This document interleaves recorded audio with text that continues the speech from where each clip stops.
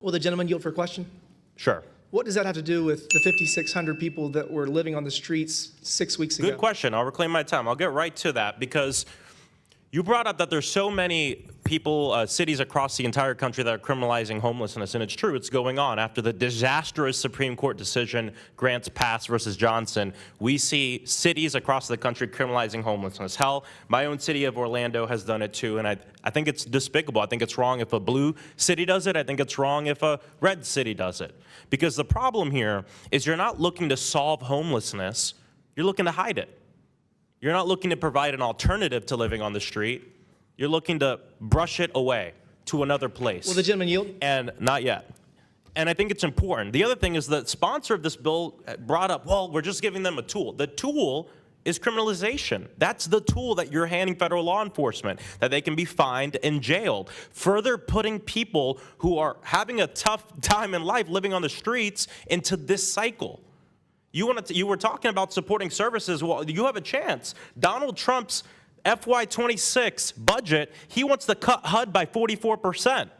I'll yield to you if you can tell me if you're going to stand up to that. You were saying that you want to have services for people. This would make massive cuts to affordable housing, homeless services, rental assistance, all the things that help us keep people off the streets. Will you join us in opposing that?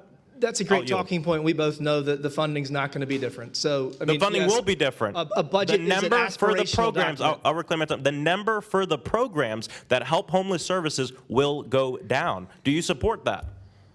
The president's budget is always an aspirational document, and we both know. And again, I'll reclaim my time. Are you saying it doesn't matter what the? I mean, your president's saying he wants to cut HUD by 44%. We have $37 trillion I'll reclaim my $2 trillion time. annual I'll deficit. reclaim my time. 44% he wants to cut HUD. He wants to cut homeless services for your district and my district. Do you agree with that? I'll yield if you can answer yes, yes or no, really. You and I both know that the funding will be no different than last year.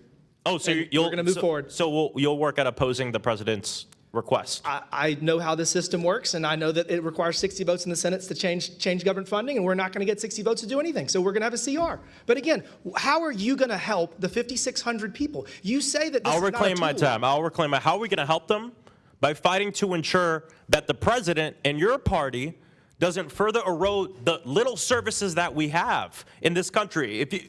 We need housing, not handcuffs. We have a housing crisis in this country. Will the gentleman yield? Every time the rent goes up $100, homelessness goes up 9%. Let me say it one more time. Every time the rent goes up $100, homelessness goes up 9%.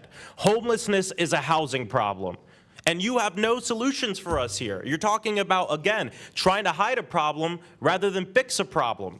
It is both cheaper and less challenging for us as a nation to keep people housed than, yes, to help them when they're on the streets. We need to help people when they're on the streets, but we need to fund rental assistance, transitional housing, permanent supporter housing, shelters, all this suite of services that help us keep our people on top of a certain line.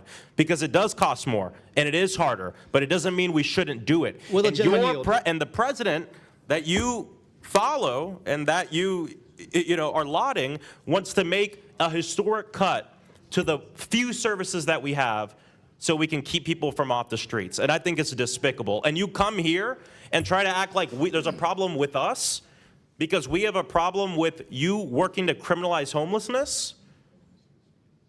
People see beyond that. It's already criminal. The D.C. City Police are not enforcing it. So what do you want us to do? The tool you want to give federal law enforcement is allow them to go and arrest people who are sleeping on the streets because they have nowhere else to sleep. We shouldn't be criminalizing homeless people for the failures of government. Let's step up. Let's try to work together and ensure that we eradicate homelessness and fix this housing crisis. I yield back.